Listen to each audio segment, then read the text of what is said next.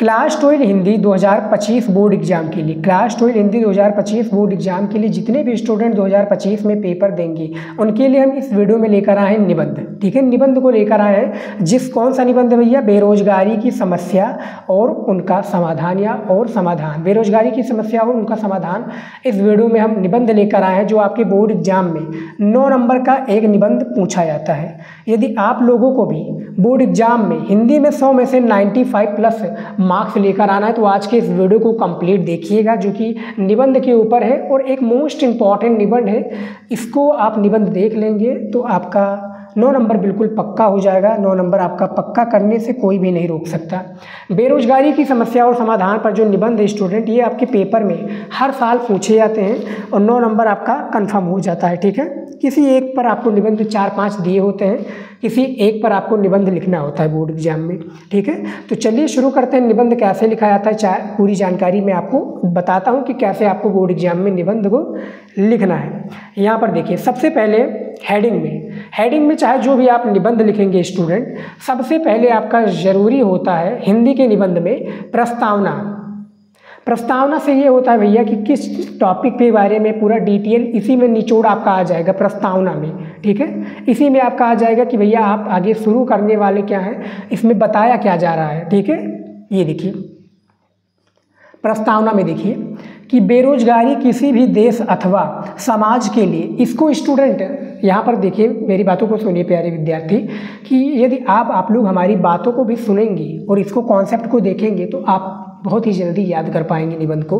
फिर आप अपने शब्दों में लिख सकते हैं बोर्ड के पेपर में हिंदी में और ज़्यादा समझ में आएगा। देखिए प्रस्तावना में देखिए कि बेरोजगारी किसी भी देश अथवा समाज के लिए अभिशाप होती है। अभिशाप क्या होती है? अभिशाप होती है, इससे एक और निर्धनता, भुखमरी तथा मानसिक अशांति फैलती है तो दूसरी ओर युवकों में आक्रोश तथा अनुशासनहीनता, यहाँ पर देखिए अनुशासनहीनता को भी प्रोत्साहन मिलता है। चोरी, डकैती, हिंसा, अपराध वृत्ति एवं आत्महत्या आदि अनेक समस्याओं के मूल में एक बड़ी सीमा तक बेरोजगारी ही जिम्मेदार है। बेरोजगारी एक ऐसा भयंकर विषय है जो संपूर्ण देश के आर्थिक, सामाजिक एवं राजनीतिक जीवन को दूषित कर देता है। इसमें और पॉइंट है कि हमारे देश में बेरोजगारी के अनेक कारण हैं, इनमें से कुछ प्रमुख कारणों का उल्लेख निम्नलिखित है। ठीक है, इसमें जो प्रमुख कारण है, इसके जो उल्लेख है वो निम्नलिखित प्रकार से हैं। ठीक है, तो यही प्रस्तावना है स्टूडेंट। प्रस्तावना में आपको बेसिकली यही बताना होता है कि भैया बेरोजगारी कैसे है, निर्धनता कैसे है, और एक जो व्यक्ति होता है उसको यानी जब बेरोजगार होता है तो उसके दिमाग में काफ़ी सारी चीज़ें चलती हैं कि चोरी करनी चाहिए क्योंकि अपने परिवार और अपना पेट पालना होता है उसको। ठीक है, तो डकैती, चोरी, हिंसा, अपराध वृत्ति एवं आत्महत्या आदि अनेक समस्याएं क्या है, अपराध वृत्ति अनेक समस्याएं मूल रूप से एक बड़ी सीमा तक बेरोजगारी ही जिम्मेदार होती हैं स्टूडेंट। अब आप लोगों को पता होगा जो हमारे विद्यार्थी बेरोजगार हैं या जो भी उनके घर में फैमिली, उनके बड़े भाई, उनकी बहन बेरोजगार हैं, यानी एक प्रकार से उनको कोई काम नहीं मिल रहा, वो इतने पढ़े लिखे हैं तो वो बेरोजगार की श्रेणी में आ जाते हैं। तो काफ़ी एक प्रकार से वो उसमें भुखमरी, निर्धनता, मानसिक अशांति फैलती रहती है बेरोजगारी में। समझ में आ गया? तो ये बेरोजगारी में प्रस्तावना का एक हेडिंग था, जो कि प्रस्तावना में आपका सारी चीज़ें व्यक्त कर दी गई है कि बेरोजगारी की समस्या किस हद तक है। ठीक है, तो प्रस्तावना हमारा हो गया। अब इसमें जैसे बताया गया है, क्या बताया गया है यहाँ पर देखिए कि हमारे देश में बेरोजगारी के अनेक कारण हैं, इनमें से कुछ प्रमुख कारणों का उल्लेख निम्नलिखित है, यानी कुछ इस प्रकार से बताए गए हैं। जैसे यहाँ पर देखिए सबसे पहला जो कारण है बेरोजगारी की प्रमुख कारण। अब देखिए भैया हमने प्रस्तावना तो बता दिया है, अब इसके प्रमुख कारण को हम बात कर लेते हैं कि प्रमुख कारण कौन कौन से हैं। ठीक है, फिर पूरा कॉन्सेप्ट समझ में आ जाएगा आपका, पूरा एक प्रकार से पानी की तरह धुल जाएगा। देखिए जनसंख्या में तीव्र गति से वृद्धि। ठीक है, विगत कुछ दशकों में भारत में जनसंख्या का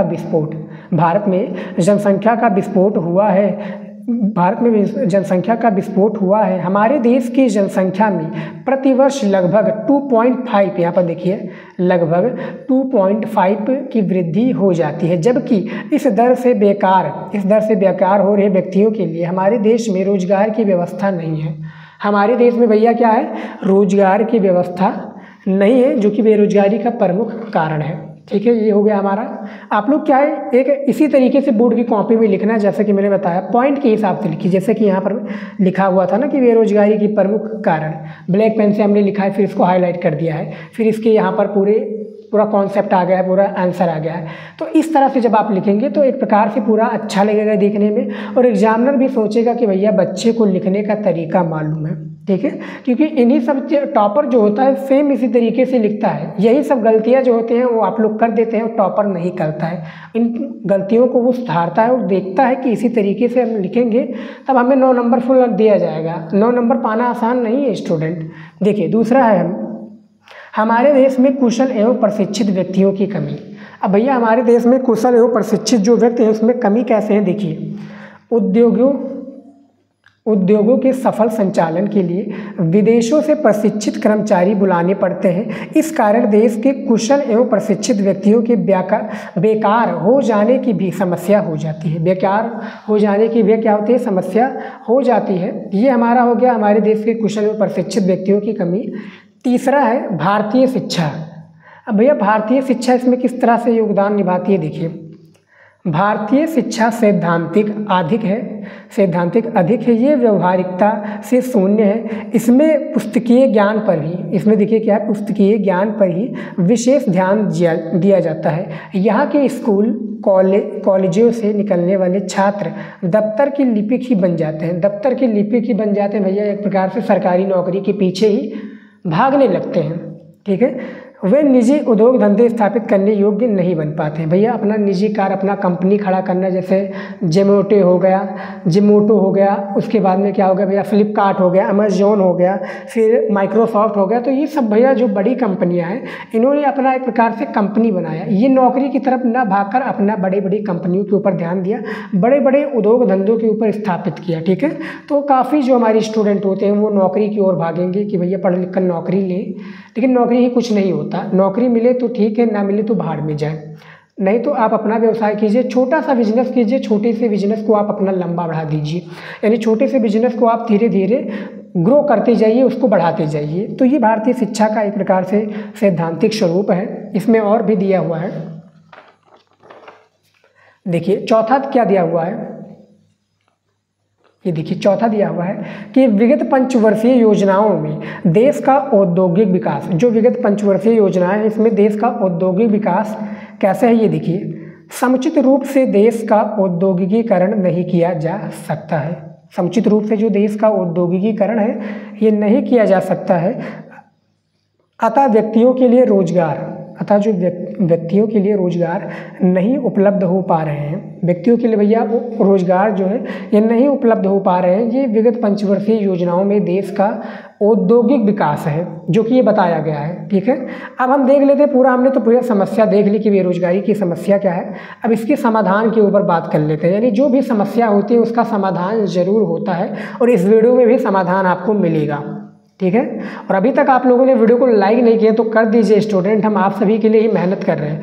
वीडियो को लाइक और चैनल को सब्सक्राइब कर लीजिए, 1 ही सेकंड लगता है चैनल को सब्सक्राइब करने के लिए।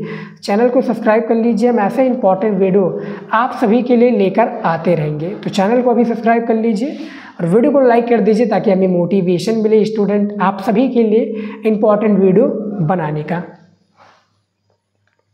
देखिए समस्या का समाधान क्या है। सबसे पहला इसका समाधान है कि जनसंख्या में अत्यधिक वृद्धि बेरोजगारी का मूल कारण है। बेरोजगारी का क्या है, मूल कारण है। इस पर नियंत्रण बहुत आवश्यक है। जनता को परिवार नियोजन का महत्व समझाने हुए उसमें छोटे परिवार के प्रति चेतना जागृत करनी चाहिए। जो छोटे परिवार हैं उनके प्रति क्या करनी चाहिए स्टूडेंट, चेतना जागृत करनी चाहिए।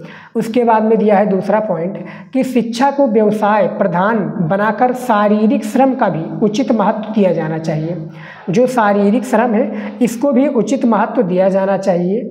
उसके बाद में देखिए यहाँ पर है कि मुख्य उद्योगों के साथ साथ, तीसरा है कि मुख्य उद्योगों के साथ साथ सहायक उद्योगों का भी विकास किया जाना चाहिए। जो इसके सहायक उद्योग हैं इसका भी विकास एक प्रकार से क्या है, किया जाना चाहिए। जैसे कि यहाँ पर देखिए कृषि के साथ साथ पशुपालन तथा मुर्गी पालन आदि। इसमें एक इसका समाधान है, इसमें और भी दिया हुआ है। चौथे में दिया हुआ है, चौथे नंबर में, कि देश में बेरोजगारी को दूर करने के लिए राष्ट्र निर्माण संबंधी विविध कार्यों का विस्तार किया जाना चाहिए। सड़कों का निर्माण, रेल परिवहन का विकास तथा वृक्षारोपण जैसे कार्यों पर बल दिया जाना चाहिए। ठीक है, इस पर बल दिया जाना चाहिए। अब लास्ट में हमारा स्टूडेंट आ जाता है कंक्लूजन यानी उपसंहार। उपसंहार में क्या होता है, यानी पूरे का निचोड़ आ जाता है इसमें, कि हमने अभी तक जिन भी टॉपिक या उसका समस्या के बारे में बात किया, उसके समाधान के बारे में बात किया, तो सारे का निचोड़ इसमें आ जाता है स्टूडेंट। तो यहाँ पर देखिए क्या दिया हुआ है, हमारी सरकार बेरोजगारी उन्मूलन के लिए जागरूक है। बेरोजगारी और उन्मूलन के लिए क्या है, उन्मूलन के लिए जागरूक है, और इस दिशा में उसने महत्वपूर्ण कदम भी उठाए हैं। परिवार नियोजन बैंकों का राष्ट्रीयकरण, कच्चा माल एक स्थान दूसरे स्थान पर ले जाने की सुविधा, कृषि भूमि की हदबंदी, नए नए उद्योगों की स्थापना जो बेरोजगारी को दूर करने में कुछ सीमा तक सहायक सिद्ध हुए हैं, इसके बारे में ये उपसंहार में बताया गया है। ठीक है स्टूडेंट, यहाँ पर देख सकते हैं आप, आराम से वीडियो को रोककर इसके कॉन्सेप्ट को समझकर पूरा देख लीजिए किस तरह से मैंने बताया है। ठीक है, इसी तरीके से आपको पूरी चीज़ों को समझना है। ये हमारा जो निबंध था हमने बता दिया, स्टूडेंट देख सकते हैं निबंध के बारे में पूरी जानकारी दे दिया है जो कि इसमें बताए गए थे। सारी चीज़ों को हमने बता दिया है निबंध में, जो कि हमारा निबंध जो था बेरोजगारी की समस्या और समाधान के ऊपर, ये पूरी चीज़ें हमने बता दिया है। 9 नंबर आपका बिल्कुल पक्का हो जाएगा यदि आप इस तरह से लिखेंगे। बेरोजगारी की समस्या और समाधान निबंध बहुत ही ज़्यादा इंपॉर्टेंट है और आपके पेपर में पूछे जाते हैं। ठीक है, तो आई होप कि आपको समझ में आया होगा। ज़्यादा बड़े में लिखने की आवश्यकता नहीं है, 250 शब्दों में पूछा जाता है, और जितना मैंने लिखा है वो 250 शब्दों से कम नहीं होगा, ज़्यादा ही होगा स्टूडेंट। तो इतना आप लोग लिख देते हैं तो आपका 9 नंबर पक्का हो